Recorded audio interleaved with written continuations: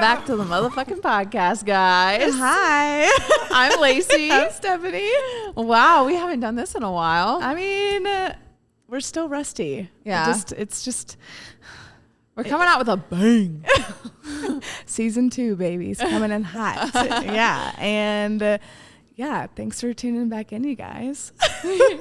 We have a really cute guest on today, and someone that we just kind of started realizing for the second season that we want to highlight mental health more, and artists and relationships, and just multiple topics that aren't just focused on one thing. And I just want everyone to know, if you're listening, we don't have one theme. We are just people. We are just two girls that just want to have conversations that you probably want to have but aren't having, and just opening your mind to things. And this is a space and a platform that we are able to see other perspectives that we otherwise wouldn't. Yeah. You know what I mean? Like, and it could be a small conversation. It could be a big one. It could be a small topic, big topic. It could be anything. We're prioritizing a space where we can learn, and hopefully you guys can too. So you know what I'm saying? Yeah.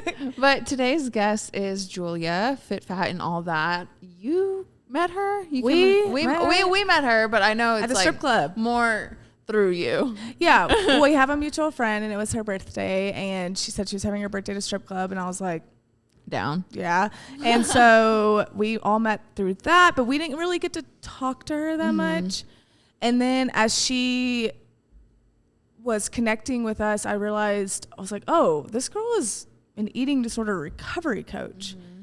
That's something I've never heard of. Right. And I know that that's a thing, but I didn't realize to the extent that she was doing it. And I was just like, this is so interesting, because I've never personally had technically one, I guess. But really important people in my life have and had them, and I've never known what to say. I've always just tried to create a space where I'm like, you can just talk to me and I'll be there, but I'm not going to really know the right thing to say.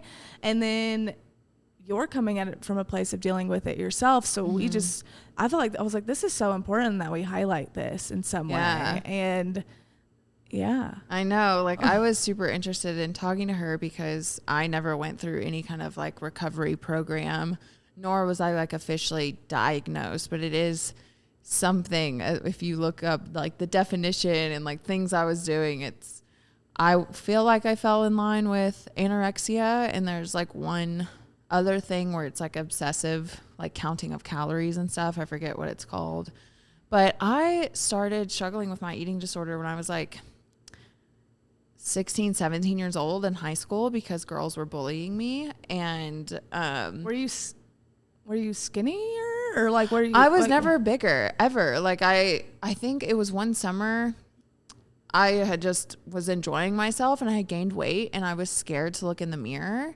And so naturally, like, I wanted to like lose 20 pounds. And I grew up in a household, and we talk about how this probably plays a factor into this. I grew up in a household where weight loss was always discussed. It was always a goal. Like, my parents were constantly trying to lose weight. My sisters, like, it was constantly like, everybody had a terrible relationship with food. And I see that so clearly now. And so when I started losing weight, I began getting attention for the first time, like from guys. And I had never gotten that before. And people what honestly fed it, was a motivator of it too, was people were like, oh my God, you're so skinny. And I was just getting this praise.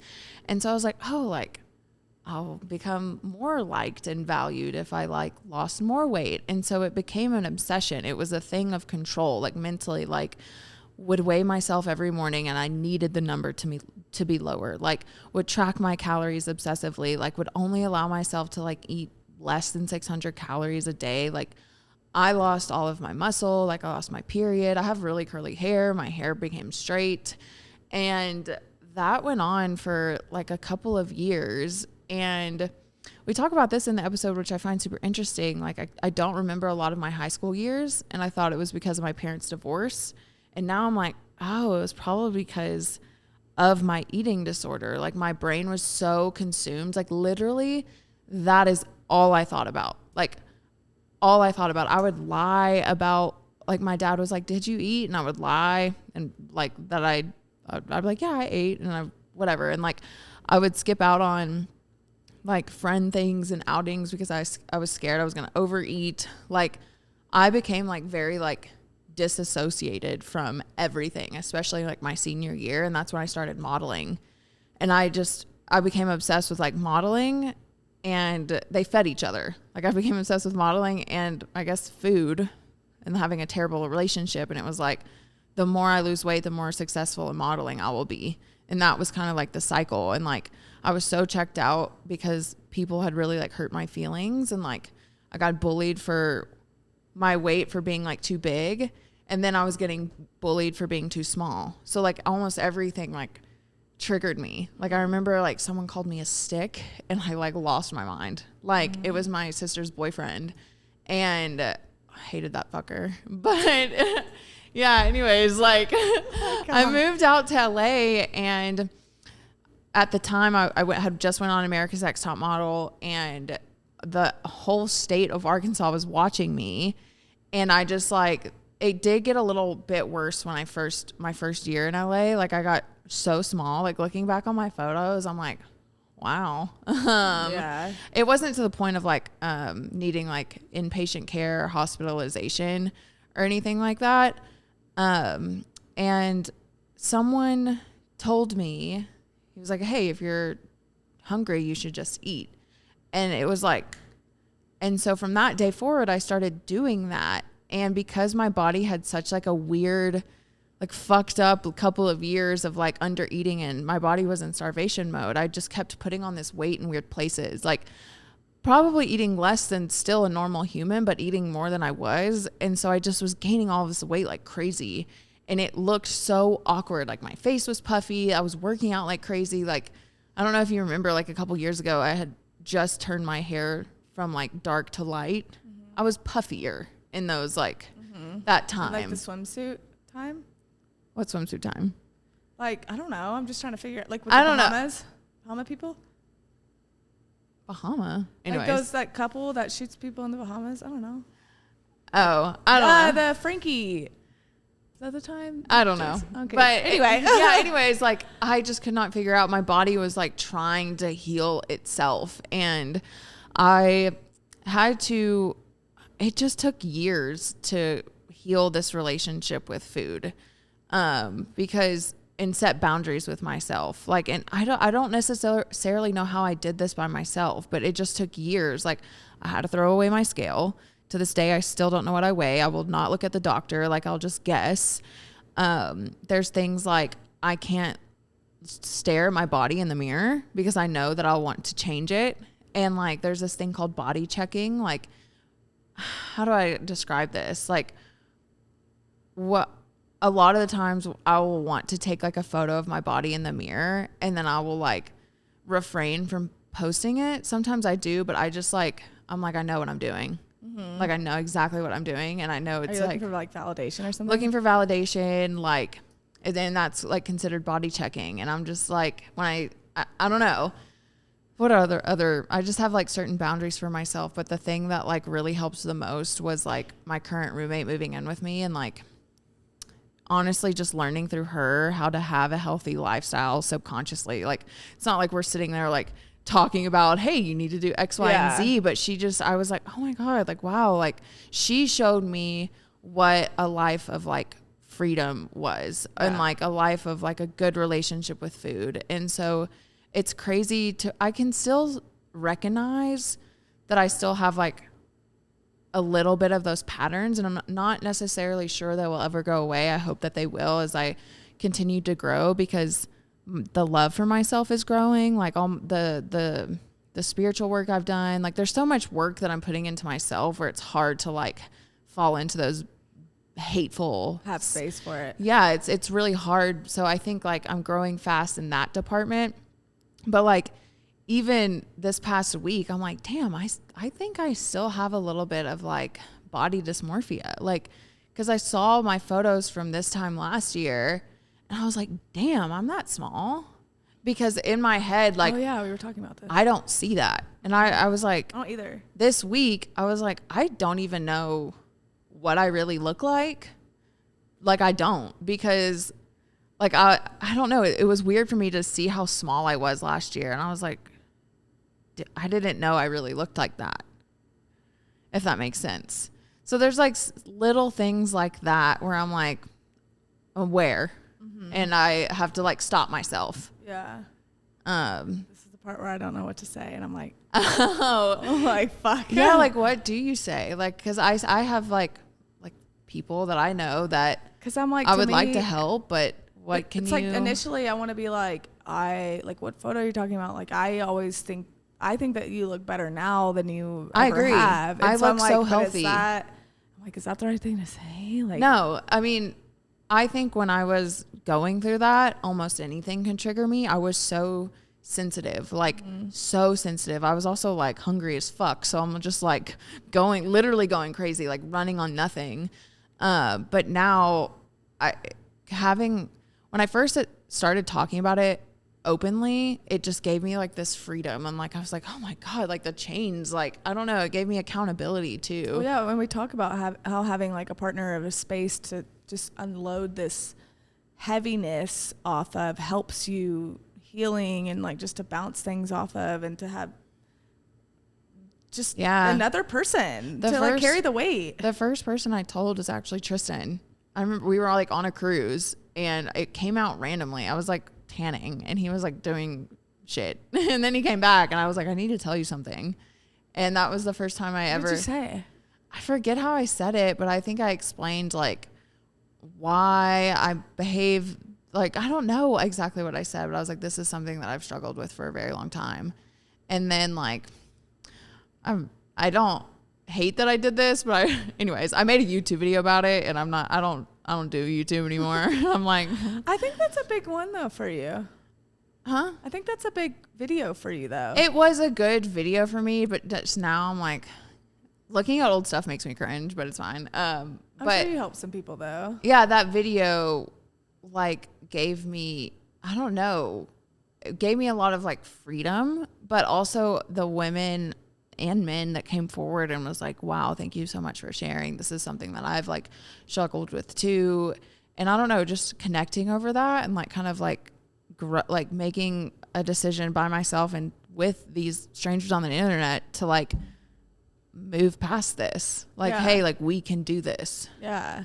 Cause like she was saying, it has the highest mortality rate, right? I didn't know that, which that is so crazy. Yeah. Eating disorders have the highest mortality rate. Isn't that crazy? We just learned a lot on this one, and it's such a sensitive topic. There's even questions that I forgot to ask her that I really wanted to, but we were running out of time. And this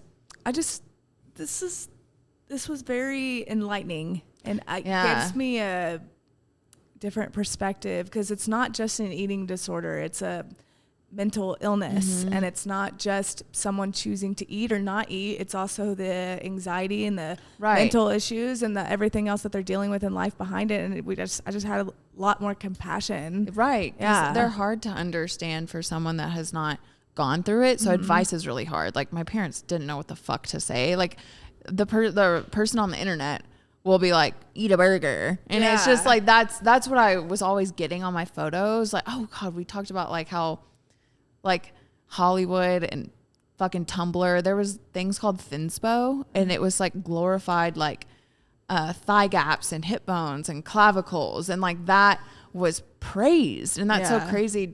That's so also different now. It's so cool to see how as a culture we have like risen above that, which is like nice. But it's like looking at what we grew up with as far as like TV and magazines and pop culture, and like how our families' relationships with food were like, it's weird. So wait, was your eating disorder anxiety driven? Was it during your family's divorce? Or so like with an eating disorder, will always almost be like a driving force, or like an eating disorder is the result of something else like going on internally. And for the longest time, I don't know, like I think, and I'm just unsure, like I really cannot exactly pinpoint it, but if I were to like kind of put my money on an answer, my parents went through like a pretty like intensive divorce, and within the same year, Like it was bad and it was chaotic. My mom moved out and then my dad remarried soon after. My mom remarried, like they both remarried within the same year.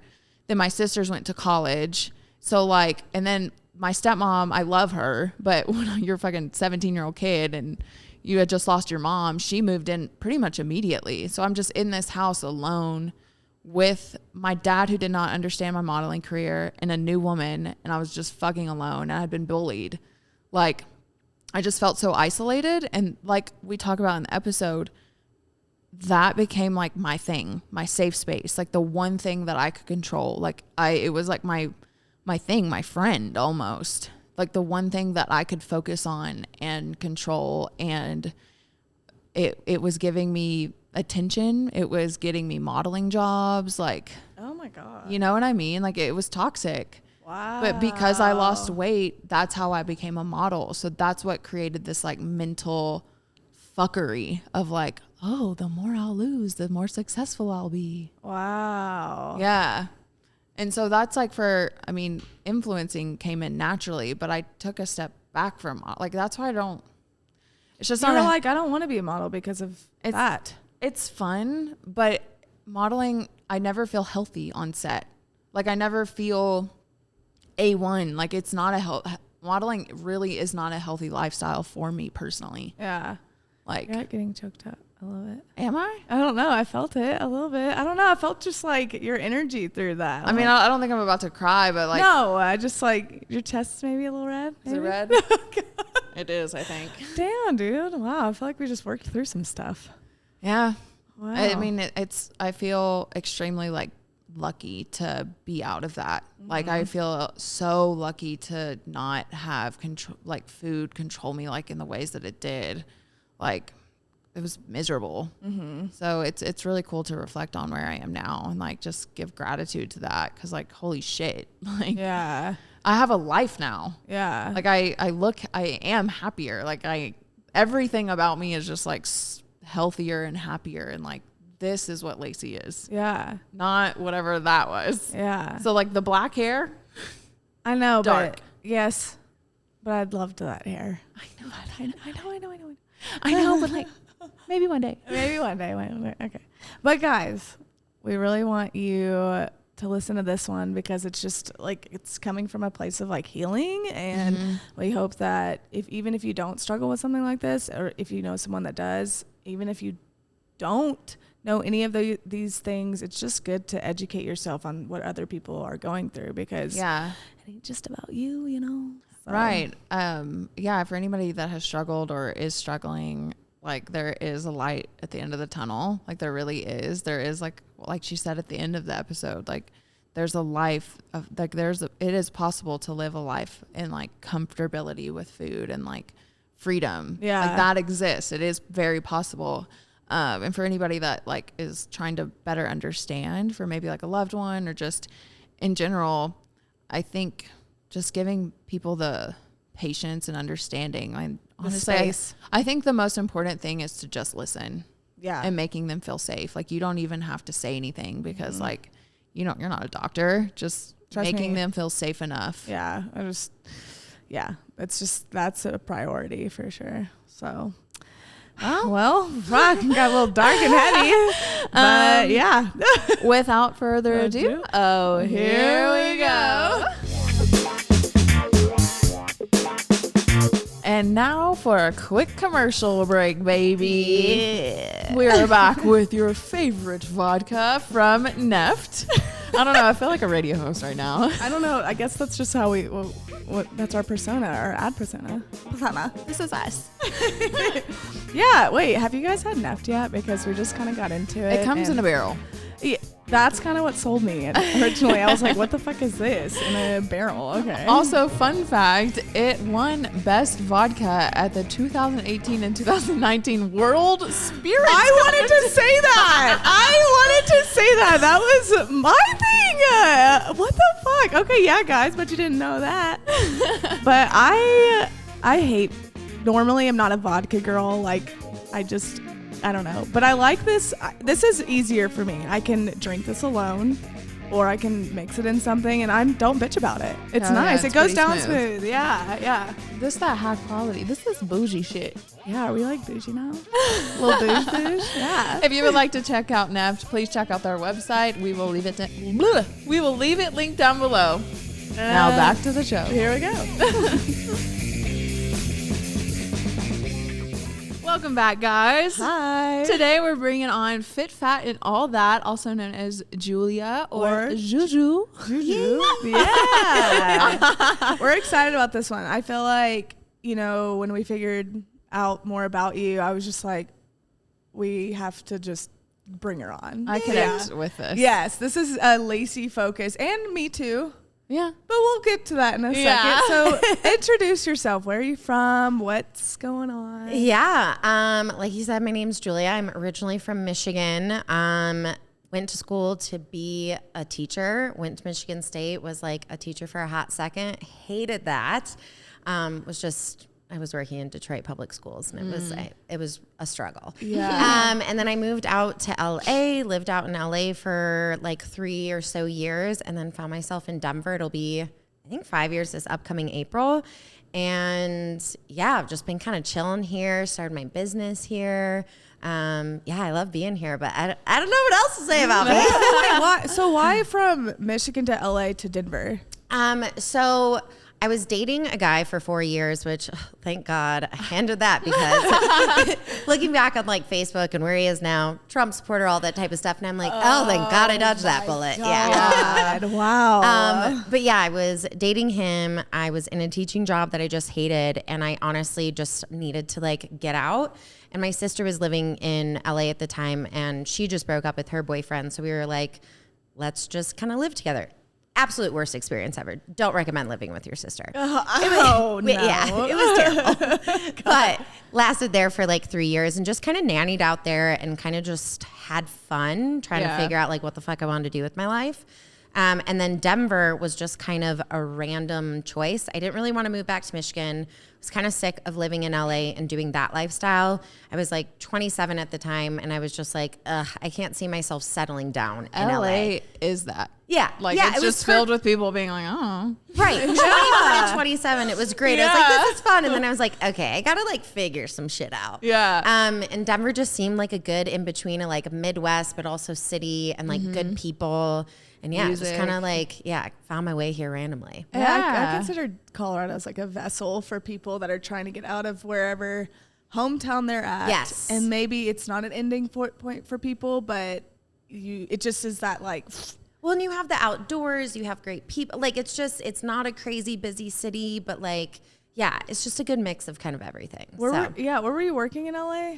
I was just a nanny for a family out in LA. My sister works for a nannying agency for like high profile families and like celebrities. My family was from Chicago though, and love them to death. But yeah, I just worked for them for 3 or so years and raised kids. And then I nannied out here, worked for a roofing company out here. What? Super random. I was just trying to figure shit out. out. Were you roofing? No. Are you just like picturing you on the roof? No, just like, no. I was writing like estimates and like dealing with insurance agents. Absolute. I was like, maybe I should try the office, like kind of corporate 9 to 5. Nope, not for me. Nope. I've always just like wanted to try to see if like I would have like friends like The Office. And be like, would I like it if I had like a Michael Scott or like a Jim, you know? I'm like, maybe. But then I'm like, no. It was fun for like a couple weeks, and I was like, okay, I hate coming here every day and like the rules and expectations and like the clothes you have to wear. Right. Even like I had so much anxiety like having a full-time job with my social media and being like, is this safe? Like, can I do this? Like, the rules just made me tense. I don't like that much. I like some structure, but that was too much structure. I don't like having a boss. Yeah. Oh my gosh. So then how did you get started doing what you're doing now, which is... Yeah, my company or like my brand name is called Fit, Fat, and All That. And for a while I was doing eating disorder recovery coaching. And I got into that because from, 14 to 24, I struggled with an eating disorder. And out in LA, I actually decided to seek recovery because I was like, this is like the mecca of body image issues. Like, this is where you go if like, yeah, it could have gotten real bad when I was out there. And so I was like, if I move out here, I really have to get this shit kind of in control.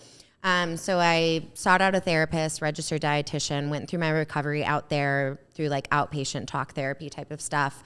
And just honestly shared my whole journey on Instagram. It was kind of this like open diary for myself to hold myself accountable and like the work that I was like learning about and trying to do with my therapist and my dietitian. And so I felt like it was this platform for me to share. And also I realized, oh my God, all these other women are like, oh my gosh, I've struggled with the same thing. Oh my God, I feel the same way. And I was like, wow, there's this like massive community of women that feel exactly the same way I do. Let me just continue to like share. And it just kind of took off. I didn't have like any goal of like having a larger following or anything like that. And then I just kind of loved this like recovery space and eating disorder world, of just putting that message out there that like recovery is possible. And then I got trained through, she's one of my best friends, lives in Charleston, and she owns a company, Recovery Loving Care. And she trains people to become eating disorder recovery coaches. So then I went through that and started my coaching business. And yeah, that's how I'm where I am now. Do you still do that? Yeah. So actually just a month ago, I kind of stopped, like put a pause on my coaching just because I really miss working with kids. Like my passion was, I originally went to school to be a teacher, but that gig didn't really work out. I don't like, again, rules. I don't like having to like succumb to like a curriculum. And so I'm actually working on a new project called the Confident Kid Collective, which is basically me. I would be going back and working in schools and I'm creating a course right now where parents can sign themselves and their kids up to kind of learn how to nurture and raise confident and self-assured teens. So kind of working through body image stuff, navigating puberty and body changes, and like talking about things like intuitive eating and like all the things that they don't teach you in health class that like are so important. And that pivotal age where you're like going through awkward body changes and like, you know, the media, like it's just like you're taking in all of this messaging that I need to look a certain way. And so I want this like safe space for kids to talk about all of the things that I wish I would have talked about to save me 10 years of an eating disorder. Yeah. So. Did you have, so you said you had an eating disorder from 14 to 24? So before LA? Yeah. So when I was probably in like 7th or 8th grade was when, well, maybe 6th grade, was when I started to notice my body. I, growing up, predominantly went to a mostly Black school. And so I wasn't around, I noticed that a lot of these body image things are like very Eurocentric, like come from white culture. Right. And so growing up, I wasn't really aware of my body because that just wasn't topic of conversation with me and my friends. And then I moved to a different school and all of my friends were like white and thin. And I remembered like just noticing that my body didn't look like anybody else's, and boys started making comments about my body and like saying things and like body shaming me. And so I just started to notice like, oh, my body's not like everybody else's and that's wrong. And so from what I knew back then, it was like, oh, instead of me saying fuck off to these like shitty teenage boys, I was like, I'm the problem. I need to change my body. And I like started doing typical diet shit that was so unhealthy, like Special K diet and like taking diet pills and laxatives and like, you know, counting my calories and like working out a ton. And this was at a young age too, right? Yeah. And so, and my mom, like eating disorders are really prevalent in my family. And my parents were so loving and wonderful. Like they never said anything bad about my body, but watching my own mother hate her own body, I learned that behavior. And just kind of, I mean, the early 2000s was so toxic for body image. Like so toxic. And the magazines I was reading, like everything showed that like if you were in a larger, curvier body, you needed to cover up or you needed to lose weight. Like everything was about like how thin can I be? And yeah, it just kind of became this obsessive pattern for myself. And I struggled with bulimia and then binge eating. And it just kind of took took over my life for 10 plus years. And it was just became this very obsessive world for me. Did it not, I don't know if this is the right word, flare back up in LA? So for the longest time, I honestly didn't think I had an eating disorder. So when I was younger, I was actively making myself throw up. I was binging, I was purging. Like I was like weighing myself 10 times a day, like measuring myself, like just spending time on websites that were like pro Anna, pro Mia, which are like pro eating disorder websites, which give you like tips and tricks on how to like be better in your eating disorder. Do you remember fucking Thinspo? Yeah. Oh yeah. Mm-hmm. I used to have so many pictures of like girls with like their hip bones sticking out. And, like, what? And, like, oh, it's so disturbing. Tumblr was bad. Oh, like, so bad. And it was like glorified. And these girls are like malnourished. Yeah. Like it's not something. And now I look back, I'm like, oh my God, I was so sick. Like my diary entries were, if you lose 5 more pounds, like then you'll be happy. Like that's just the mentality I had. Or then I'll be loved. Then I'll find a boyfriend.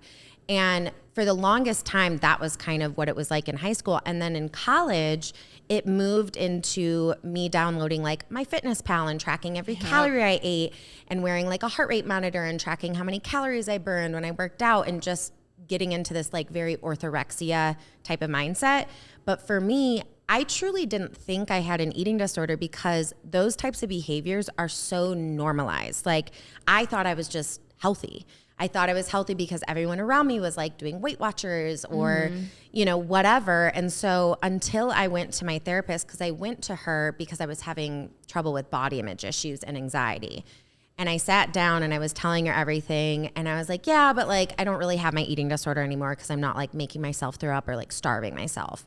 And she was like, no, you definitely still have your eating disorder. Like it's just kind of morphed and moved and like changed into this different thing. And for me, I just didn't think I was like sick enough for the longest time. I didn't think that I was bad. I was never thin, like super thin. So I was like, oh, I don't have a problem.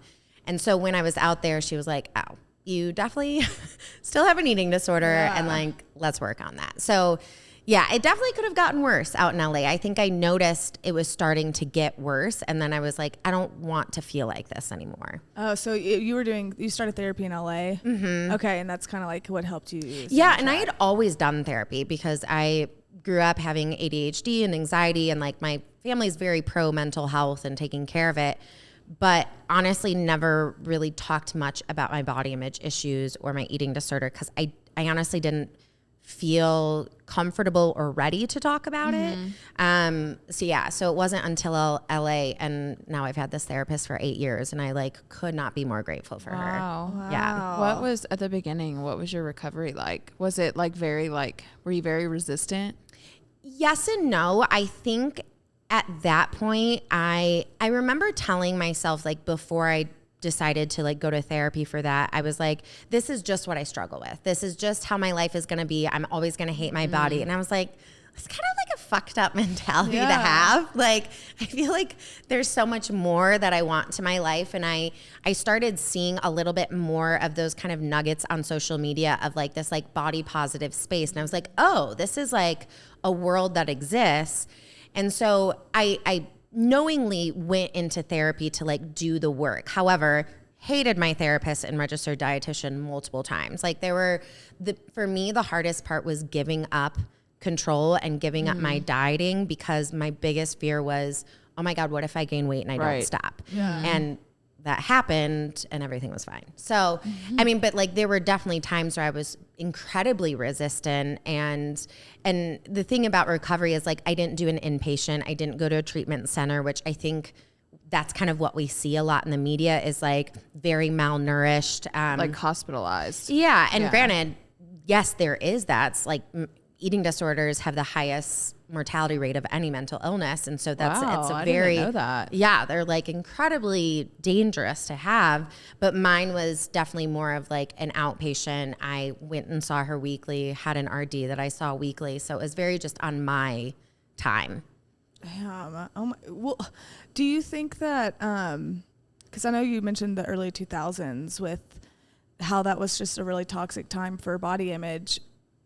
When did you see the shift? Because I feel like I started seeing a shift more towards it's still not good, but I saw more like curvier women starting to be more like 2017 with like Kardashians and stuff. Honestly, like, I think it was the Kardashians. Yeah. That was the first, and granted, those bodies are not theirs. I know, right? but it's still, I'm like, at least there's that. Right. Like, And so, but that's what I started to see. I was like, oh, girls with big booties. But then it was like, oh, curves in the right spaces. Yeah. Curves in the right spots. And it's like perfectly contoured in this hourglass shape. But I did start to see that more. I think it was in like 2017. Yeah. And so, when it was 2014 for me, when I was 24, it was definitely it was still a very new space to be in. So I think it was really hard for me because I was going through recovery while living in LA and experiencing things like going out with my thin friends and guys coming up and talking to them and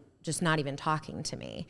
And like being in a space where it's like, if you're in a curvy or larger body or have a belly or cellulite or any of these things, it's like you're not deemed as attractive. And it kind of forced me to like go through my recovery even more, but like it was so much of a struggle. Like I was just like, I feel like I'm always being triggered. Yeah. I definitely want to ask about that because, well, I guess, do you still deal with triggers now? Oh, like all the fucking time. Yeah. Yeah. I mean, and that's the thing, like, I believe in full recovery. I think there are some people out there that don't believe in like full recovery. But for me, full recovery means that, if I am triggered or if I am having a bad body day or if I am struggling, it's the way I behave after. It's the behaviors that I choose to do that are no longer eating disorder behaviors instead of, going and working out or not eating for the rest of the day or making myself throw up or doing those like really unhealthy behaviors. I choose to do self-care. I reach out for support. I journal. I talk to my partner. Like I do all of these things, but I'm definitely triggered because we're constantly being, as women, I think there's just so much pressure to look a certain way all the time. And like our body is used as currency, So it's like, it's definitely challenging. And especially because my body, I put myself out there a lot. So then I get, hate and I get judgment. And so, I'm definitely triggered, but I deal with it in a very different way now. Yeah. That's such a good point. especially like I've struggled with it. Like even talking about, I moved to LA when I was 15 and I still had mine. And like, I didn't have my period, like my skin was bad. Like I just had such a shitty relationship with food, like obsessively weighing myself on the scale, measurements. And when I got to LA, like I was 18 years old, there was this pressure to succeed as a model because like so many people were watching me from the show. Like I had like an insane, like just pressure. And like from 2015 up until now, it's been crazy to see the modeling industry shift because when I first moved there, it was still so toxic. Like I had managers telling me to like, you got to lose an inch. You got to lose an inch. Like only eat fruit for a month. Like okay. Yeah. Like it was I'm gonna feel great after that. Yeah. Like it was so toxic and like just constantly comparing myself to like other models and bodies. And honestly, being able to identify, like, it's so interesting. Like I can almost know when someone has an eating disorder. It's like so obvious to me. Oh, I can. Anytime someone says certain comments around food or their body, I'm like, oh, there's definitely some disordered thinking there. Absolutely. And like, but before, I'm like engaging in the conversation in my eating disorder. I'm like, oh my God, I had pizza this morning. I feel so gross and blah, blah, like, and now I just don't engage in that conversation, but you can pick that. It's just so normal too. Like, I feel like it's such a common topic of conversation for women. Yeah. Well, I guess in your words, what is an eating disorder? Like what would that? I think so there's eating disorders and then disordered eating, and eating disorders have like a certain like criteria, like anorexia and bulimia. Like there's certain criterias to be diagnosed as anorexic or bulimic. I never got a diagnosis that you're bulimic because I never fulfilled that criteria. So I would say I was more in the disordered eating kind of space because I kind of flip-flopped between, different types. But I would say that an eating disorder or disordered eating, it's just an unhealthy relationship with food. And there's so many different eating disorder behaviors out there. Like I've had clients that chew and spit, which is like chewing your food. And this is something I used to do, chewing your food and then spitting it out in the trash. So you don't have to like consume the calories. I have clients that like, oh, I never thought about that. Yeah. There's like so many interesting, weird behaviors. But I think overall it's just a fear of food, a fear of gaining weight.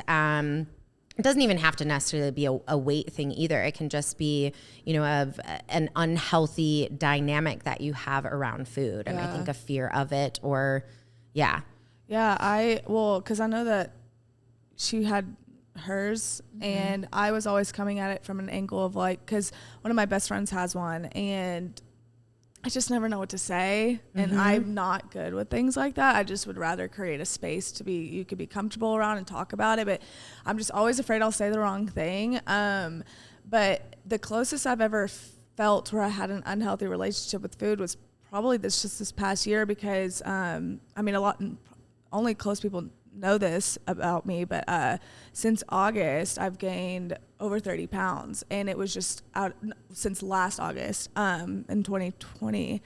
And it was just, it came out of nowhere because I'm vegan. I eat all the time, but I also work out. I never think about food. And I just would always just be, I'm like, okay, I'm eating healthy. I'm working out. I'm just I have a busy lifestyle. I'm always on my feet. But then this weight was coming out of nowhere and I was just like, this isn't right. Like this is the amount of, in my eyes, the amount of weight gain you would have if you were eating fast food and drinking and like just having an unhealthier lifestyle. And so I was like hyper focusing on it. And I was like, it has to be my thyroid. It has to be this. I was getting like blood work done because the doctors were like, this is a fast amount of weight gain for someone with your lifestyle. And so I was like, I would look at food and be like, I don't think I should eat that because this is going to just get worse. Like I'm the heaviest I've ever been and it's just going to get worse and worse. And then I found out like just within the past couple of weeks, it's all because of gluten. And so, and it just, by avoiding that, gluten was like attacking my thyroid and attacking my immune system and like all these things. But that was the scare. I was remembered we were talking on the phone one day and I was just like, this is the most unhealthy I've ever felt about food because I've always felt like, oh, I just can, like, I love eating. Yeah, I love fucking eating. Yeah. And so I just was like, damn, like it helped me get into the space of understanding more my friends and other people. And I'm like, fuck, like I can't imagine hyper focusing on food like this. This is stressing me out. It sucks because it is something that has complete control over you. Yeah, it's so when you think, like in my head, I was like, okay, I'm taking control of my life and I'm going to take control of my body. And it gives you this false sense of control and then it takes control of you. And I mean, I honestly don't know how I did well in college and completed the work I did or was successful in my jobs while my brain was totally consumed with what I was eating. It was like planning the next meal or thinking about the next meal or putting in the vodka sodas that I was going to drink later that night with my girlfriends and like trying to plan around that so I wouldn't go over my calorie allotment and like feeling guilty about the cupcake I had last night. Like it was just, it consumed so much of my brain. And when I recovered, I was like, holy shit, there's like so much more space up here. I was like, oh my God, I have like time to actually worry about things that matter. Yeah. That's so true. Like I had mine from 17 to like probably about 21. Does it phase out? I mean, I still get triggered, but I have like it, like you said, I behave differently. Like there are boundaries that I will not let myself check the calorie count because at one point I became obsessed about that. Like, and I threw away my scale like years ago. I won't even look at the doctor. I have zero idea how much I weigh. Same. And so like I can tell and identify like when I'm getting insecure about my body. It's just like I have to react differently. But you saying the thing about you have so much more space in your head. My parents went through like a pretty nasty divorce when I was in high school, which could have been part of why I developed it because I needed a sense of control. Heck yeah. And now we bring up things that happened in high school and I cannot remember a fucking thing. Oh, I have no memory of certain things. And so this whole time I've been thinking like maybe the divorce was so traumatic, but I was fine. Then I've like questioned, do I have a shitty memory? Which I don't think I do. But having an eating disorder is so mind consuming and traumatic in itself that is probably exactly why I can't remember a lot. Absolutely. And you're like, your brain's not functioning at its highest capacity. I mean, you think of your car when it's like low on gas and you're starting to run out, like it doesn't go. Like I thought eating 500 calories a day while playing 2 sports and going to high school was like enough for my brain to function. And then I'm like drinking and smoking a bunch of weed. Like obviously my brain was not like there. Like I wasn't present and I wasn't making conscious choices because I was just operating from my eating disorder. Like I very much had like 2 different personalities. Like I had, and I do this a lot in the work that I do with my clients, is like you have your eating disorder self and then you have your healthy self. And my eating disorder self was 100% like ruling my world for 10 years. Wow. One thing about you brought up like minutes ago, is your family and how that was so normalized in your family. And not until like I've kind of like reached my own liberation with this, when I go back home, I can recognize, I'm like, oh, this is where I got it from. Absolutely. Like, I see it so clearly that their relationship with food is like not good at all. It's not like they quote have an eating disorder, but it's just like, I don't know how to describe it, but it's not healthy food. It's right? it's not like they're just like pigging out on unhealthy food. That's not it at all. But food has control of them in the sense of like, oh, like I shouldn't eat that. Like, oh, I got to weigh myself. Oh, I gained so much weight. I got to lose. Like it's always like when growing up, weight loss was always talked about. We got to lose weight. We got to lose weight. We got to lose weight. Like diet, this, like that was the culture that I was raised in. And going back home now, it's still going on. And it's like weird for me to listen. Oh yeah. Yeah. Yeah. I had to like put in so many boundaries when it came to my family, and my mom, who was a wonderful human, she actually decided to seek out a eating disorder recovery coach because I went through my recovery. And I mean, she struggled with an eating disorder from 9 until probably like in her early 60s. And so she was on Weight Watchers for 30 plus years. And that's how we kind of bonded a lot of the time, was our own body image issues. Yeah. And so now when I go home, that used to bring me so much anxiety because I felt like, you know, I'm going back to this like old, younger Juju that was like struggling with her body image. But now, like, because of the work that I've done and like the boundaries I've put in place, and, you know, I'm like, these aren't the topics of conversation we're going to have, or at least I can like remove myself from them. It's not the same experience as before. And like, I'm so grateful that my mom realized like, oh, this is because of maybe my behavior with food. And it's like, honestly, it's a psychosocial disorder. So it can be a genetic thing. It can be because of the environment that you're in. It can be because of trauma. Like it can honestly be because of anything. But yeah, that's one of the biggest reasons I wanted to go through recovery. Cause I was like, if I never want my children to struggle with what I did. And I want it to like end with me. Yeah. I feel the exact same way.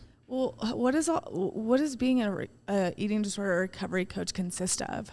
Yeah, so I'm not a therapist. I'm not like a registered dietitian or anything like that. So when I work with my clients, they are required to see a therapist and registered dietitian. So I kind of work as collaborative care with those other mental health professionals. And obviously therapists tend to work in like past trauma and kind of working through like past stuff, where I, as a coach, work with more like present and active, very much accountability type of stuff. So a lot of the work that I do with my clients is reshaping the relationship with food, talking about removing labels like no good and bad food, like this healthy versus unhealthy, and that like all foods are okay. Like it's okay if we want to have fries and burgers. There's nothing bad about that. It doesn't make you a bad person if you eat that. Like there's no moral compass when it comes to food. And also figuring out like what makes me feel good when I eat certain things, like, and just kind of establishing like a safe relationship with food. Also, a lot lot of the work I do is in body image. So looking at your body as something so much more than just like a physical body that's like for viewing pleasure.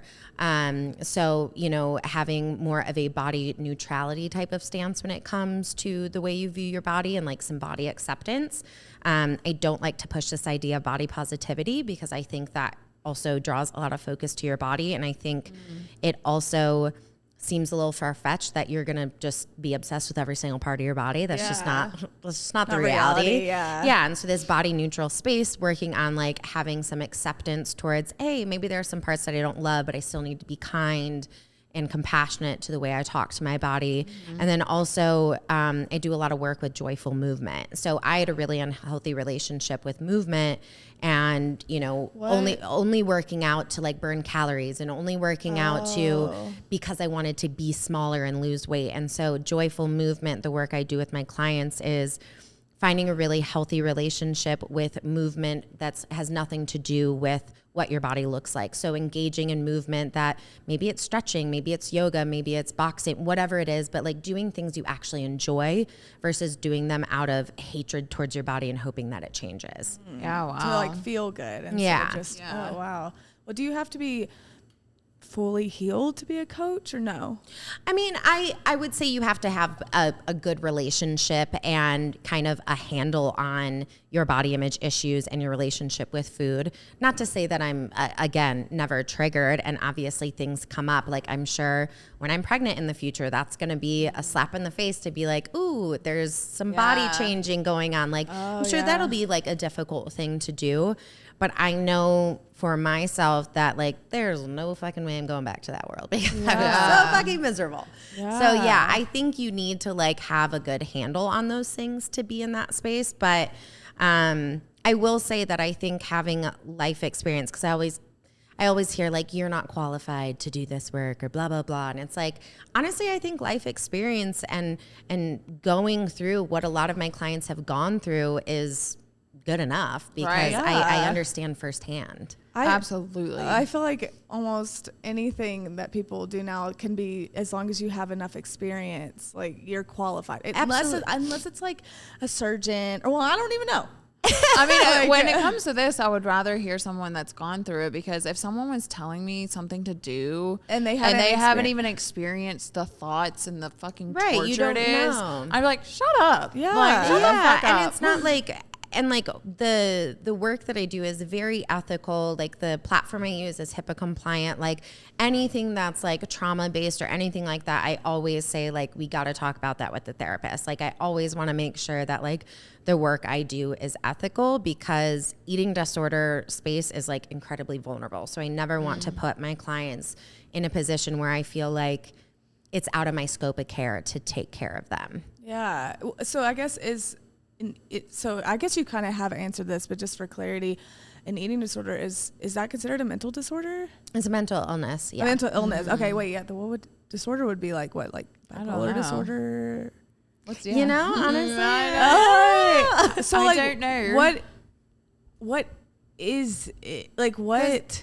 Like behind eating disorder, what is the driving force? Honestly, a lot of it is, I mean, for me, a lot of it was the way I dealt with my anxiety. For me, I was so anxious as a child and really struggled with my ADHD and just kind of coping with my like really big emotions. And so my eating disorder, I also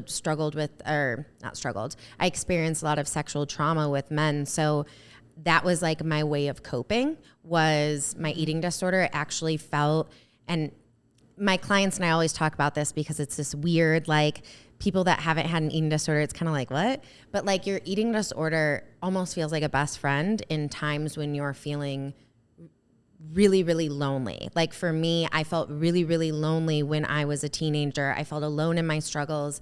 And I felt that my eating disorder was this safe space for me to go and cope and deal with the emotions that I didn't know how to deal with.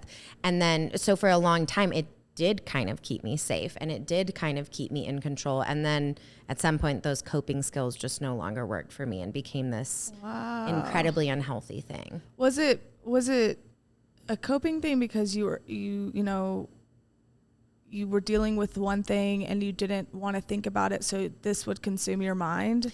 Absolutely. Yeah, absolutely. And it's different for every single person. But for me, it was like this numbing and almost distraction for what was really going on. I was being bullied. I had sexual trauma. I was really anxious all the time. So for me, it was like, okay, I get to check out and I get to control what I'm eating. I control how I work out, and I feel like my life is in control. And then you realize that like those coping skills don't really work for a long period of time, and they kind of become a full-blown eating disorder. But for me, like I notice if I'm having body image issues or maybe I'm, struggling with whatever, usually it's a product of something else. Maybe I just had an argument with my partner, and it's like my way of like focusing on something else that feels a little bit safer.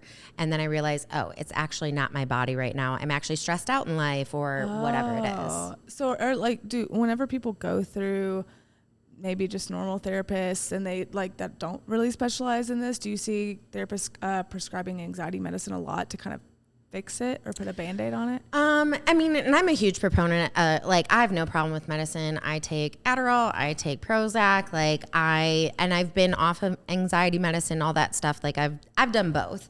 I think the issue that I see is sometimes therapists are not educated on eating disorders, and sometimes the things that they say can be actually more harmful than helpful, because even though you're a therapist and you're supposed to be unbiased, I often see a lot of my therapists being incredibly fat phobic, or just not having the education on the dialogue that you need to use when it comes to an eating disorder client, because you have to be really mindful of saying things like good and bad, or healthy and unhealthy, or, talking about things like weight gain. Like that can be really triggering for that client. So I just often see therapists, which is why I work as collaborative care, like with them, just not really knowing how to navigate those conversations. Because honestly, it's just like a whole different way of approaching things. Yeah. And each client, like each eating disorder is honestly very different. Like my clients that are binge eaters are vastly different than my clients that are anorexic.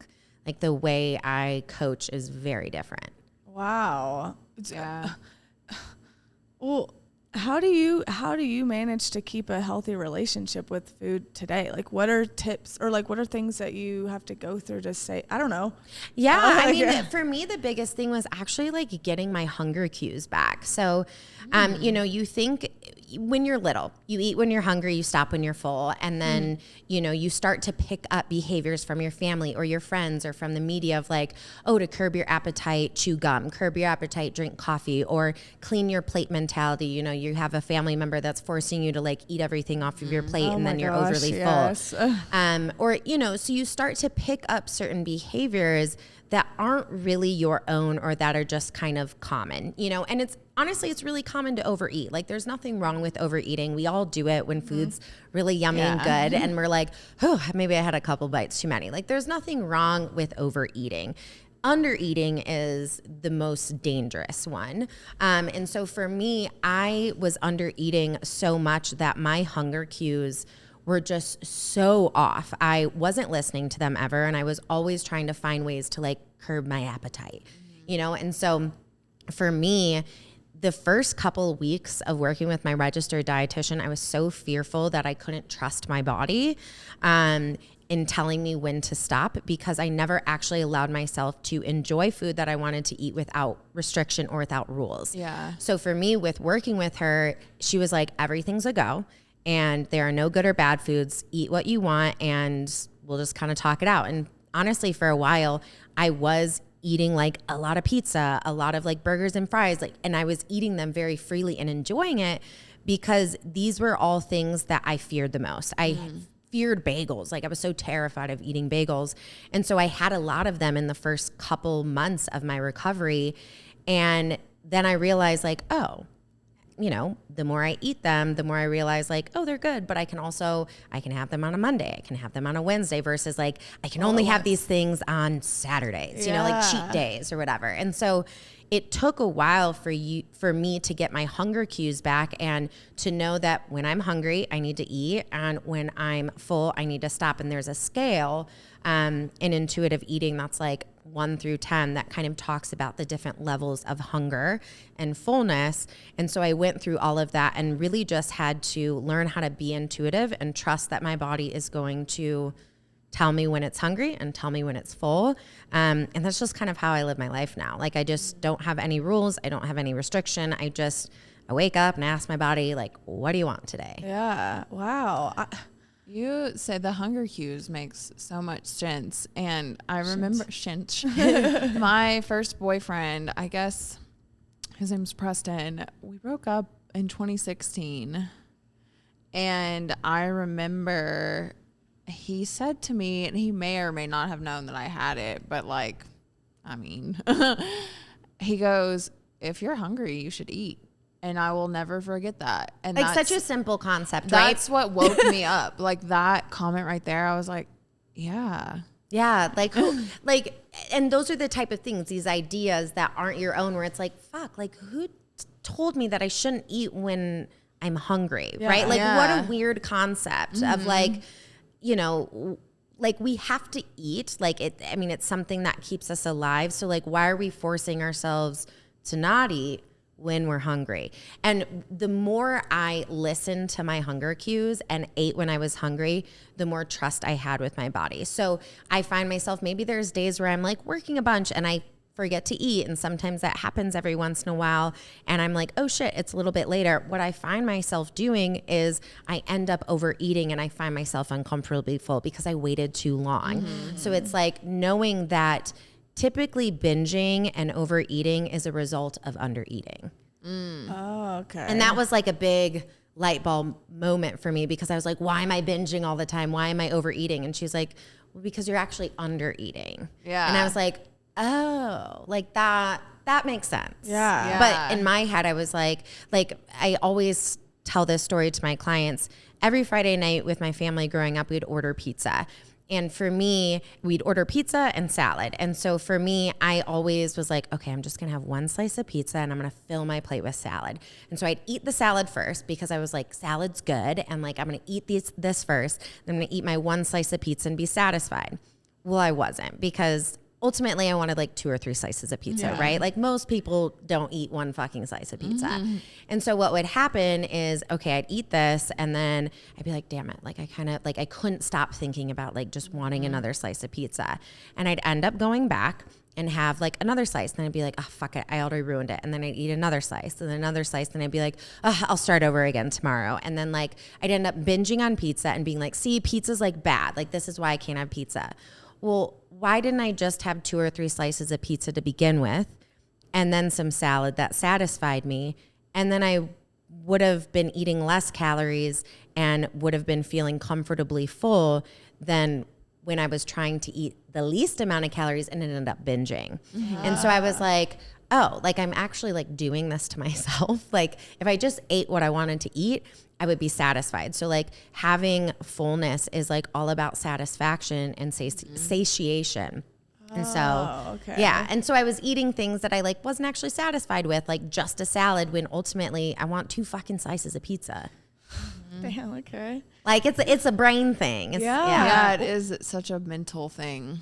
What's like I guess when it comes to the mental part of it and coaching, what is the most common pattern that you see with people? What's something common in general that you see people struggling with the most? I think honestly is the body image. I mean, it's that, and having some type of restriction when it comes to food and certain rules, you know, like, and every diet we see like contradicts one another. Like, diets are just so against diets. But I think the biggest thing I see with my clients that come to me is just being uncomfortable in the body that they have and feeling that their body is wrong and bad, and working through having some body acceptance, but like a lot of behaviors of like body checking, weighing, counting calories. Like, I think just kind of like what we see as typical kind of disordered patterns. I mean, I see it all the time. Yeah, wow. 'Cause I remember I opened up about my eating disorder. I don't know what year this was. I think it was 2017. And having that accountability online gave me so much freedom. It was like so liberating. Absolutely. And I felt free for the first time. Like I got my control back. And so many people like reached out to me and they had almost like word for word similar type of like mentalities, stories. Yeah, I thought actions. It was crazy. I was like, wait, I'm not. Yeah, like I was like, what the fuck? Like it was like bizarre to me that so many people lived like a very similar step-by-step life that I did. Oh, absolutely. I mean, I hear my clients talk and I'm like, this sounds like me back in my eating disorder. Yeah. And I just like, I think just ultimately a lot of the people that I work with is just wanting a sense of control in their life, whether it was from experiencing sexual trauma and wanting to take their power back or being bullied or just whatever it is. Like, eating disorders come because of different reasons, but it's always a sense of like control and wanting to feel like you have control. Or with binge eating, it's like feeling comfort and wanting to like numb out and like not feel what feels so uncomfortable to feel for them. Oh, yeah. Like I used to not be able to like keep food in my pantry like at all. Oh yeah. And like I know someone in my life still doesn't do that. And every time I go over, I'm like, I don't know exactly what to say because I know what's going on. But food used to have control over me in that way where I was like so scared of it. Like so scared I was like going to overeat, which then resulted in overeating. But it wasn't until really I was like on my journey of recovering, but my relationship with food was still bad. My current roommate moved in with me and she just has such like a normal you're like, whoa. normal relationship with food, kept the pantry stocked, like there were sweets everywhere. And she has such a beautiful natural body. And I was like, wait. And so like literally like kind of like a child watching their mother, I learned through her, I was like, oh, I can do this and like still look good. Like, and so how many years? I've been living with her for 3 years. And like, even now I'll talk about it and she's like, oh yeah, I totally forgot you had an eating disorder because I've made a comment that like there's chocolate everywhere, there's candy, there's chips, like ice cream, like we have like a mecca of like snacks and shit. Heck yeah, same. And I was like, damn, like that used to have so much control over me and now I don't even like give a fuck. Like, I know. Like, I don't even think about it. And I'm like, it's so nice wild to see how much I've grown and healed. Absolutely. Like anytime I bring up things from like my eating disorder, Carl, my fiance, is always like, oh my God, I can't, like what? I can't imagine you used to like feel that or do that. And like, he's like, I see you so freely with food and enjoy it with like no shame and guilt. Like I can't imagine what that would be like. Like he's always just so shocked at some of my like old behaviors. Right. And honestly, so am I. I'm like, oh my God, I was a completely different human. Well, at a certain point though, is there an unhealthy relationship with food when it comes to like when I just watched 600 Pound Life for the first time 2 weeks ago and I was like, and I was thinking about this interview and I was like, what would you tell somebody like that when it came to the point of their health was at stake and stuff? Like is that also what you help people with through like whenever they're eating too much or something? Yeah, I mean like a lot of my clients have binge eating and I think the problem that we have with our society is like we view fat people as just like disgusting and gross and like we just view them as like not human anymore and we think that like our society and we all have internalized fat phobia of like if I'm fat, then I'm going to be unsuccessful, unloved. I'm going to be gross. I'm lazy, all of these things. And if I'm thin and like toned and whatever it is, then I'm going to be loved and successful and everything's going to be easy for me. Hollywood has such an impact on all of that, on that narrative. Yeah. It's like, if you look a certain way, then you're going to be successful and everything's going to work out for you.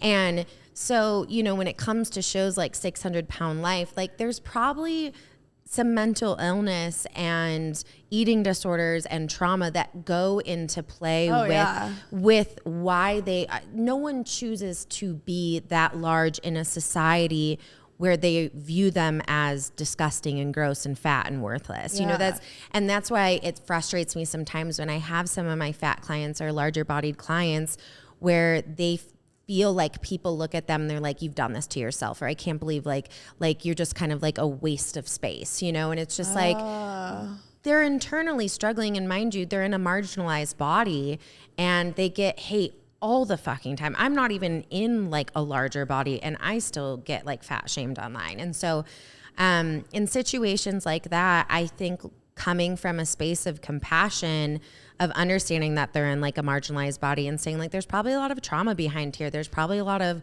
mental illness or anxiety, depression. And like, how can we work with taking care of your mind first versus like trying to take care and like lose weight rapidly. Like I've had clients that are like, I'm going to get gastric bypass. And it's like, okay, but what are you also doing to take care of your mind? Because you've got here because of the mental. Yeah. Because you're going to lose the weight, but you're still going to have the mental illness of struggling with your relationship with food. Like that doesn't just go away because you lose weight. Mm-hmm. Yeah. Cause, and whenever I was watching the show, it was mandatory that this girl or this woman was going to therapy, and like they were like, you're not going to do any of this unless you're actually going to therapy. And I didn't think about it. I was like, oh wait, this isn't like them just like wanting to eat. It's more of like a mental thing. Yeah, they're probably like numbing and finding comfort. Like that when I binged, it was like a way for me to like feel comfortable and safe and be in this like,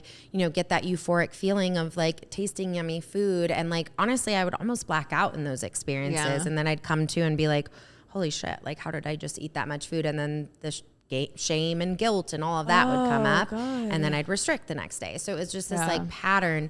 So there's probably just like a lot of shame and guilt and numbing going on. It's like eating, it's like a cause and effect. Yeah. Like there will always be a root cause, and like the disordered eating or eating disorder is the effect of what's going on. You saying blackout still has me like, I just didn't even think about it like that. Yeah. Like I don't think I was consciously aware of what I was doing. And it was also because I was so hungry that like my primal instinct just took over. And I just ate and ate and ate until I felt like I couldn't eat anymore because I wasn't letting myself eat because I felt so much shame around food. And it's like, you're supposed to fucking eat. Like you have to eat to stay alive, guys. Yeah. Well, I guess as a coach, how would you help someone break that? Like what's time like? What's honestly, eating disorder recovery, like the recovery timeline is usually like 7 to 10 years. So it's a really long recovery process. And so when I was working with my clients, I would usually work with them. I'd have them do like a 6-month, like we've got to work together for 6 months. But my recovery, I think probably took like 3 or 4 years. But I would say that most people, it's definitely like a really long journey because it's not just your relationship with food.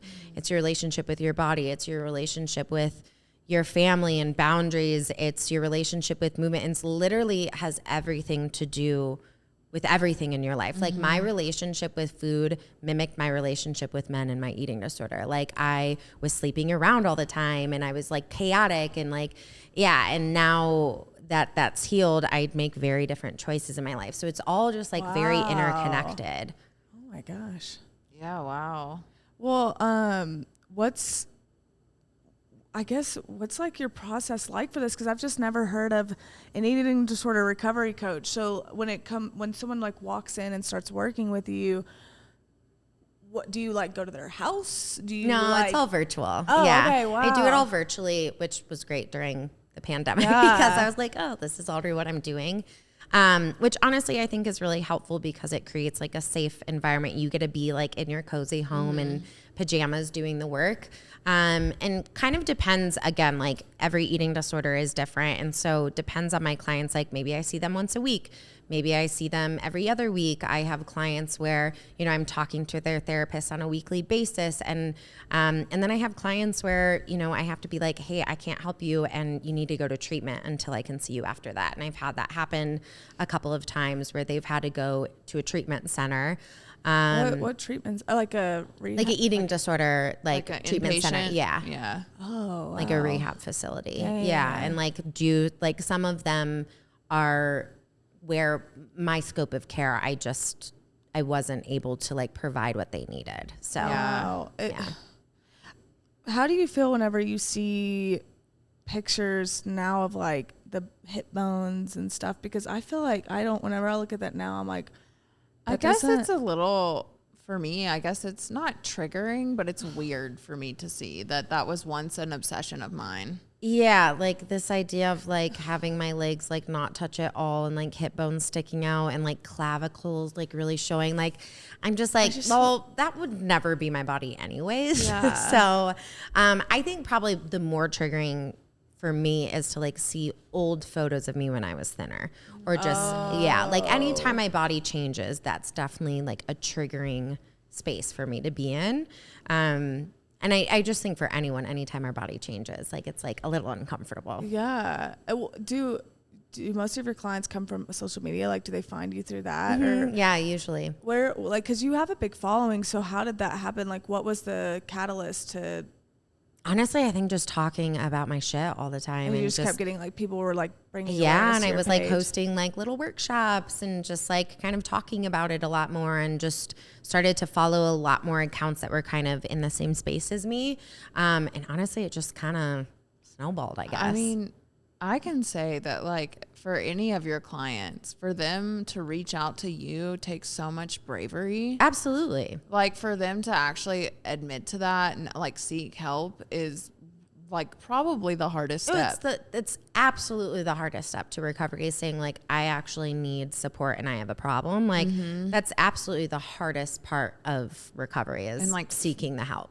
And like kind of fearing that help will like lead to the weight gain or like whatever it is. I mean, my biggest fear was weight gain, and that definitely happened. But I also healed my relationship with food. I actually found appreciation and love for my body. Like I gained so much more with the weight gain. Like I had to gain weight to recover. Absolutely. Oh, wow, yeah. Was it like hard for your body to get used to the like normal calorie intake or like normal food intake? Like was your body like, whoa? For me, I realized, oh my God, my years of having an eating disorder gave me all the gut issues that I wondered, why do I have gut issues? It was probably from my abuse of laxatives and diuretics and diet pills and restriction. Like the amount of restriction I did 100% caused so many of like my GI issues. And so now I'm like, oh, I'm not like constantly bloated or have stomach aches all the time because I'm actually like eating enough. Wow. Do you find with keeping up with your social media and posting about it all the time, and even maybe, I don't know if you still deal with bullying or not, but do you find yourself having days where you just don't want to talk about it anymore, or like finding yourself like wanting to post about something else? I don't know. Like, I mean, I think I'm at this space now, and that's kind of why I left some of this like coaching space and wanting to like work more with kids, is I found myself, I'm very much removed from where I was, and it's been a long time since my eating disorder that sometimes for me, I feel like the conversations I'm having online are kind of just repetitive. And so that's why I wanted to move into this Confident Kid Collective of working with kids again, because I want to be on the more preventative end versus like working with the after. Oh, okay. And that's where I'm really excited, is because I just love working with kids. And so I think now I'm just at this space where I'm like, oh, I still want to stay in this space, and I love talking about this, and I'm so passionate about it, but I want to do it from a space where I'm doing it from a different perspective, and I'm trying to be more preventative with the body image issues than doing the after work with my clients. Yeah. And I love doing that work, but it definitely, it's really heavy work. It is. How does coaching, or how did that make you feel? Drained sometimes. Okay. Yeah, it was definitely draining. I had to be like really good when it came to like my boundaries with work and just like my self-care. Like that's why I'm a huge proponent of self-care, and just like taking time for myself. What is self-care to you? Honestly, it could be going for a walk, listening to music, taking a bath, dancing. Like self-care for me is anything that allows me to connect to my body, just kind of like ground myself, whether it's like breath work or meditation. And that's honestly the first thing I do with my clients, is like, let's establish some self-care, because taking care of yourself is like, can be the hardest thing. I guess, because you can, I guess, easily get triggered so much through working with other people too. Like, is that hard to like protect your space in that? I don't necessarily get triggered by anything that my clients talk about, because I think I know where they are and how uncomfortable it is. And like I remember how shitty it is to be where they are, that I just have so much compassion and for them and so much gratitude that I'm no longer there, that I'm like, oh, I just want to help you get to a place where you don't feel that way. But that means you're in a definitely strong I space. don't feel triggered by them bringing up things. Sometimes I'm just like, oh shit, I did the same thing. And honestly, I forgot that I used to do that shit. Damn, I know exactly what you're talking about. I was on set with a model. He was actually a male. And my agency, we're with the same agency, had just told him that he needs to lose weight. Ugh. And so all day he would not eat. And I was trying to like, hey, like your body needs energy. Like you need food. And I was like, it's fine. And it was just a weird conversation because I've been there. Yeah, absolutely. Yeah. I mean, I see it just even conversations with my friends where they're like, oh, I've gained weight or whatever. And it's like, sometimes our bodies just need to gain weight. Like sometimes our bodies are always going to change. And the more we resist the change, our bodies are going to reflect that. Like anytime I try to lose weight, I lost the weight and then I ended up gaining more back. Yeah. So it was like just this like constant yo-yo. And like my body honestly has stayed pretty much the same, besides being in like a healthy relationship and going through a pandemic. Like my body definitely changed some. But like I haven't gone through these like drastic weight gains or weight losses or anything like that, because like it's called your set point weight. Like my body's just at like its natural set point where it like is happily sitting. I love all of that. Yeah, because when I was struggling with it this past year, I remember being like, I'm never going to be able to not eat. Like, I'm always going to want to eat. So I was like, what can I do that will help me mentally to balance this? And I got with a personal trainer.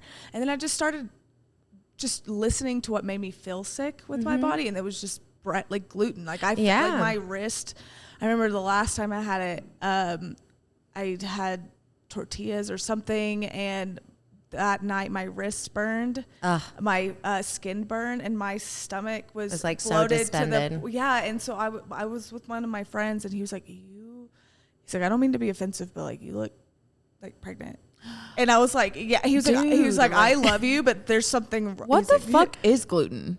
Like, why is that there? I don't know, but I remember I was just, for me, what helped me mentally and what has been helping me was this personal trainer, not like, and just eating. I was like, I'm at a balance where I'm like, I'm going to eat and I'm also going to be healthy and active, and it's been this balance where my body is like, now everything, like with avoiding gluten, like my cortisol levels are normal now. And it's like, cause I guess to lower that, they were like, you need to be laughing and happy and working out, not stressing your body out. And I've just been able to find this balance. But I also, with what you just said, was like, why would I fight weight gain? Like I kind of like it a little bit. Yeah. You're like, I still look good. Yeah. And so but it was hard to get to that space. Absolutely. You have to I was just like, I think that it's just like whenever I turned 30, everything just like broke. Well, yeah, I mean, honestly, and that's the thing too, is like the way our weight sits in our body as women, it starts to change. And so like this expectation that your body at 31 should look the way it did at 22 is just ridiculous. Oh yeah, no. Like women aren't allowed to like age, but like, hello, it's fucking inevitable. Yeah. You know, like it's gonna happen. And so yeah, for me is like learning to accept my body in all its changes, because if I only love one version of my body, that's going to be fleeting and that's not going to last. So it's like, how can I love my body in all the different seasons that it's going through, because it's always going to change. Yeah. And that I think was the hardest thing for me. It was like, oh, there's not one body to love for me, because even when I was at my thinnest and was in this perfect body, I was absolutely fucking miserable. I was so unhappy.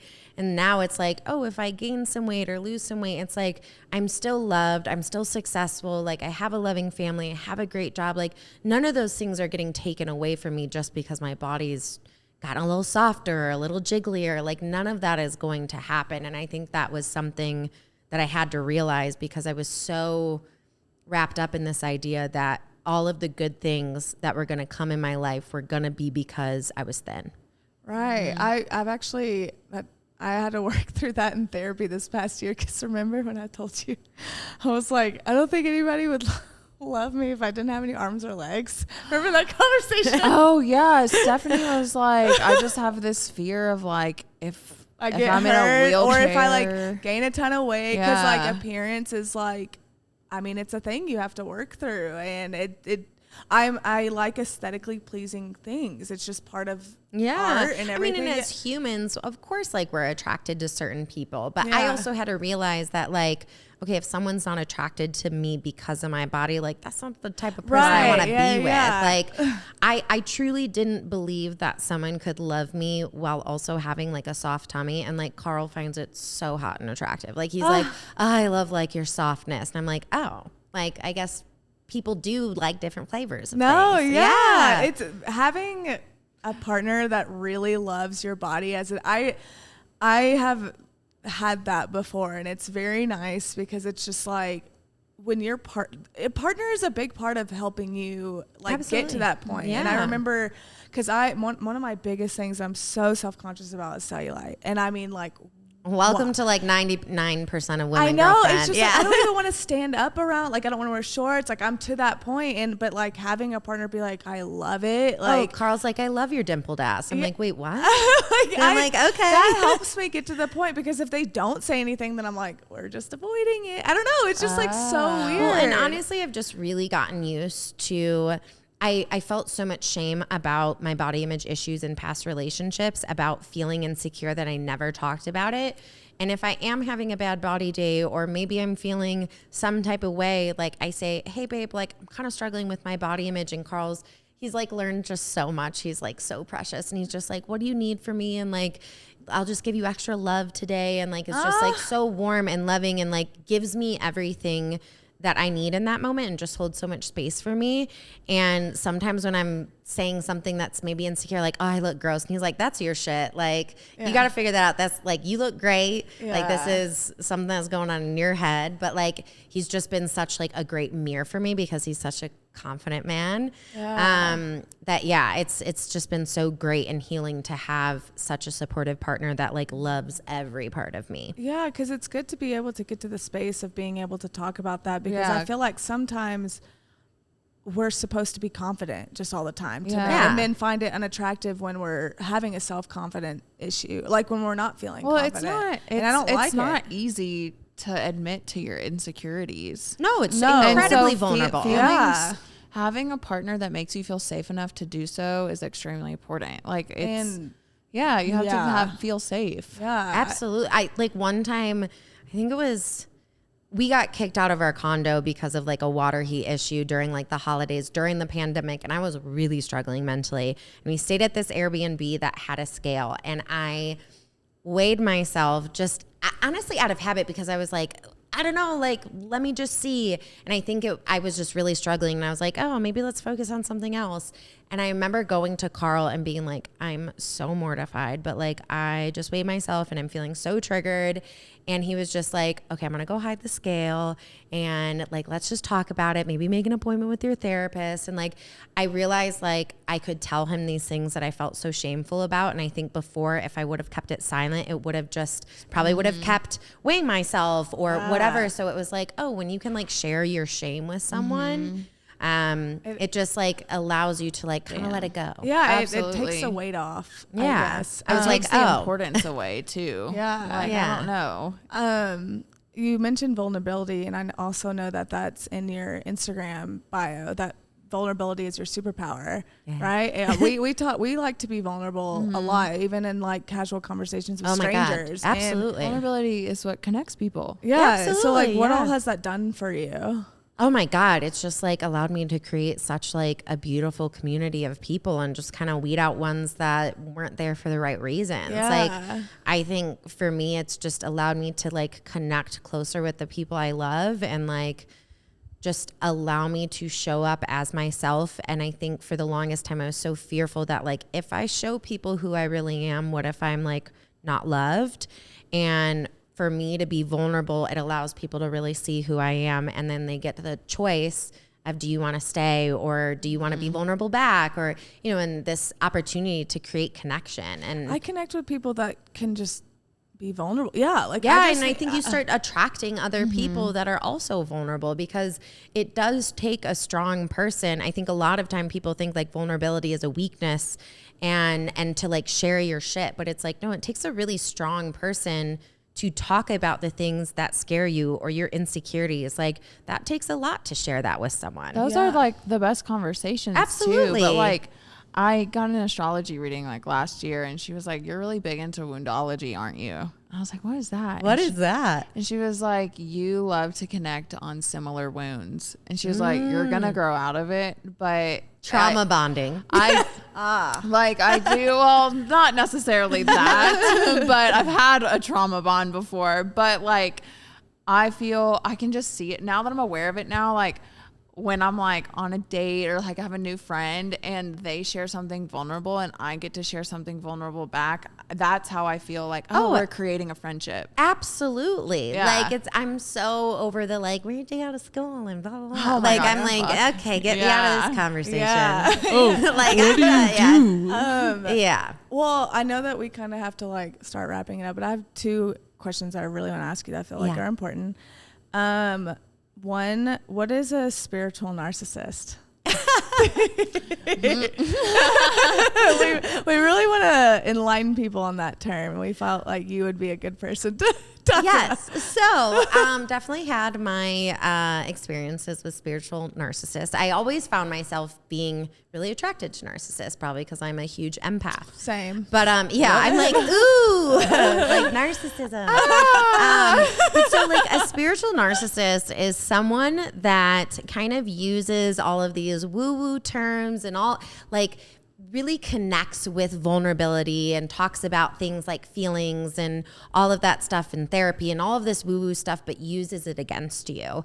And so like they kind of have learned, maybe from watching other people, or maybe because, you know, they've watched things on therapy or like picked up these terms, they've kind of used a way for you to create connection through vulnerability, but then use it to have power over you. So I dated someone that was definitely a spiritual narcissist and would just constantly throw things back in my face, but it was done through this like veil of I'm spiritual and I'm grounded, and it's like almost this like, what's the word I'm trying to think of? Just like elitism of like, I've got everything figured out because I've done the work, but they haven't actually done the work. They've just like kind of mirrored other people that have done the work and like learned those behaviors. And then they just kind of like regurgitate it and then like manipulate those around you and like manipulate them. So like I'm thinking, oh my God, this guy's like done all the work. He's so much better than me. Lo and behold, never went to fucking therapy. Lo and behold, didn't do the fucking work. Lo and behold, like still in his shit. And was making me feel like I was less than because I like wasn't putting myself in situations that like made me uncomfortable, or like just like using all of these terms against me. But it's like, honestly, here in Colorado and like Boulder and Denver, like there are a lot of spiritual narcissists because they just use this. They use those terms that make you feel all warm, soft, and comfortable and vulnerable, and then they just kind of like use it against you. Yeah.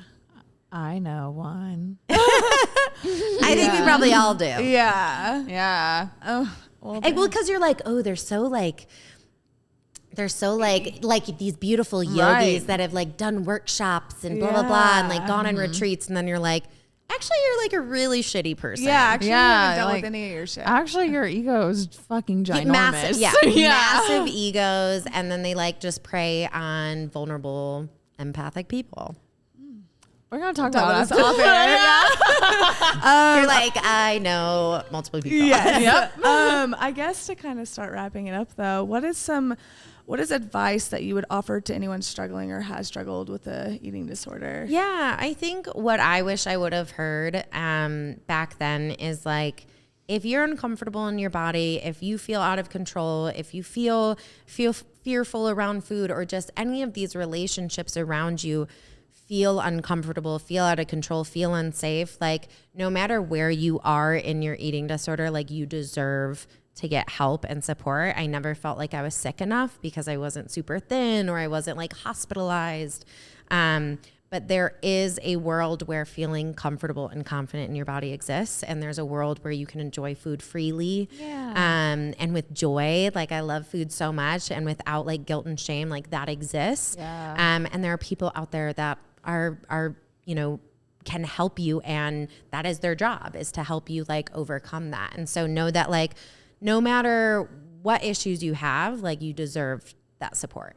Wow. I love that answer so much. Yeah. Like, especially like there is a world where like you can live in comfort. Absolutely. I truly didn't think that was possible. I was like, I think everyone around me just like is so scared of food. And like, and then I was like, oh, like maybe I am this catalyst of these people around me that like helps create this space that like shows like we can enjoy food. We don't need to talk about our bodies all the time. Like we don't need to like exercise because we hate ourselves. Like this world exists, and I want to be a part of that world. Yeah. And like, goddamn, like monitoring, like looking back on like the things that we've watched, the magazines. Like, oh my God, I watch it now and I'm Inspo, like, no Tumblr, wonder. Instagram, like, Oh yeah. it is so important to like really like monitor the things that you're intaking. Mindful consumption. Like I tell my clients, unfollow any accounts that don't make you feel good. Mute people that, even if they're your friends, family, that are like talking about doing keto or Whole30 or any of these things, like just mute it while you're going through recovery or feeling triggered. Like social media doesn't have to be a space where you feel triggered all the time. Like my feed, honestly, I get off and I'm like, I fucking love my body, and I like like love my life, and I love like different shapes and sizes. And so like diversify your feed and like really start to see that there is a world that exists that isn't this like mainstream media that is so unhealthy. I love your Instagram. Thank you. Like I love when you post your body. I'm just like, yeah. Like it's just refreshing, and just like I'm so sick of seeing perfect things. Yeah, like it doesn't exist. Like, yeah, I just am like, I'm so that doesn't. I just want real shit now, and I just want something I want things that are relatable. I think we're all. I think I see the shift. That. I mean, TikTok has been a huge like Gen Z has been a lot of help too, which I wasn't expecting, because they're the ones that are seeing the most. Yeah. I'm just like, I don't know how y'all are doing this, but I think it's starting to shift into this like, we're sick of this like perfectly curated world, this fake world that doesn't exist. And I think we're all starting to open our eyes a little bit to like, 90% of the people around us are like the normal like people that we're going to encounter our lives with. And like, honestly, I was truly shocked to find out that like the average size woman is a size 16 in America. And I was like, wait, not everyone's like a size 2 like I used to see. Like, most women are in like a curvy body. So it's like, I am not alone. I love that type of body so much too. It's just like, I just like the strong. I like all of it, but I have a newfound appreciation for it, especially like just getting older and like having to deal with it myself. You know, I'm just like, I'm a woman. 30-year-old woman. all that thickness. Yes. Okay, well, I know we have to kind of wrap it up, but before we do, we have 3 questions for you that have nothing to do with this. Okay, yay. So, Lacey, you go. Would you rather cook or eat a potato? Or no. No, my God, wait, I totally forgot it. How would you? Me too. Wait, wow. I'm gonna transfer. What's your favorite way to? Oh my God, what's your favorite way to cook or eat a potato? God, our camera guy is like chiming in. He's like, what the fuck? French fries. Yeah. Yes. Yeah. French fries. Yes. Yeah. I don't care. Just a vehicle to like eat it with sauce. Oh too. my God. Yeah. Give me all the sauces. I'm always just like, I'm kind of hungry. What can I eat? Fries. Absolutely. Yeah. All the It's time. the middle ground. I like at a show, like I love to just have like the little my safe cart space. of Yes. fries, Yes. just like dance with French fries. Yes. I am never sick Warm of fries. ones. Oh my God. Like at the strip club. Yes. Oh my God. Fuck, that's how we all met. Oh my God. Yes. Okay. Strip club French fries. Oh my God. That was the best night ever. Okay. If you could be a gold medalist at any Olympic sport, summer or winter, which one would it be? Ooh, gymnastics. Okay, I can see that. Yeah, I just think they're so fucking powerful. And I used to do gymnastics, and they're just like dope with what they can do with their bodies. Just throw themselves in the air. I know. Like, if I wasn't so thick, I'd do it. I can't imagine my body ever being able to do that. Yeah. It's fine, but I like watching They do cartwheels and round-offs, and that's about all. There you go. Yeah. Okay, last one is I'm fucking these up. Would you rather smoke weed on the beach or trip in the desert? Weed on the beach. I love weed and I love the beach. Okay. Have you ever done psychedelics? Yes, and you know what? I don't think it's like for my brain. Well, I was gonna ask, how was that ever a part of the recovery, or was that hurtful? No, so I've done mushrooms before and I've done acid, and honestly, both experiences, I'm just like, I don't know if it works with my brain chemistry. I just don't know if it's for me. Honestly, no hate towards any type of drugs, but yeah, cannabis is just my go-to. And honestly, I have a lot of clients that are like, I love to smoke weed, but it can I can binge because of it. And I'm like, you got to heal like the binge eating and all that before we go back into smoking weed. Yeah, exactly. That's kind of like a hard thing to do. That's my thing with it too, is because I'm like, I'll eat whenever I'm hungry, but with weed, I'm just like, give me anything. And everything tastes so damn good. Yeah, but it's helpful when I have to I'm like, hey, but you can't eat gluten because then you'll feel like shit. And so now whenever I smoke, I'm like, it's a little bit more moderate now. It's not so as intense, but there for a minute, I was just like, I'm like, damn, I need to quit, because every night I was getting high and just fucking eating like crazy, which Munchies is fine. are the best. I know, which is fine, but also oh my god, when the decision was voodoo donuts every night, that's what I was like. I know, Carl and I went through insomnia cookies for a while during the pandemic. We were like, every night we're getting insomnia cookies. Damn, that sounds so great. Okay, well, dang, I just learned so much from you. This was so great. Thanks so much for having me, you guys. Yeah, thanks for educating us on this, and hopefully a ton of other people on it too. I just, props to you for getting from where you were to recovering to now educating people, and then now children and helping them. And thank you. Liberation, baby. Yeah. Well, thanks so much for having me. Where can our listeners find you? Fit, Fat, and All That on IG, and fitfatandallthat.com is my website. Oh, cute. Okay. Cool. We'll leave her info down below as well if you just want to click. Yeah. Yeah. Okay, Lacey, come on. Are you gonna mess up the closure? All right. Thank you guys so much for making it to the end. It's always much appreciated. I hope you guys enjoyed this episode as much as we did.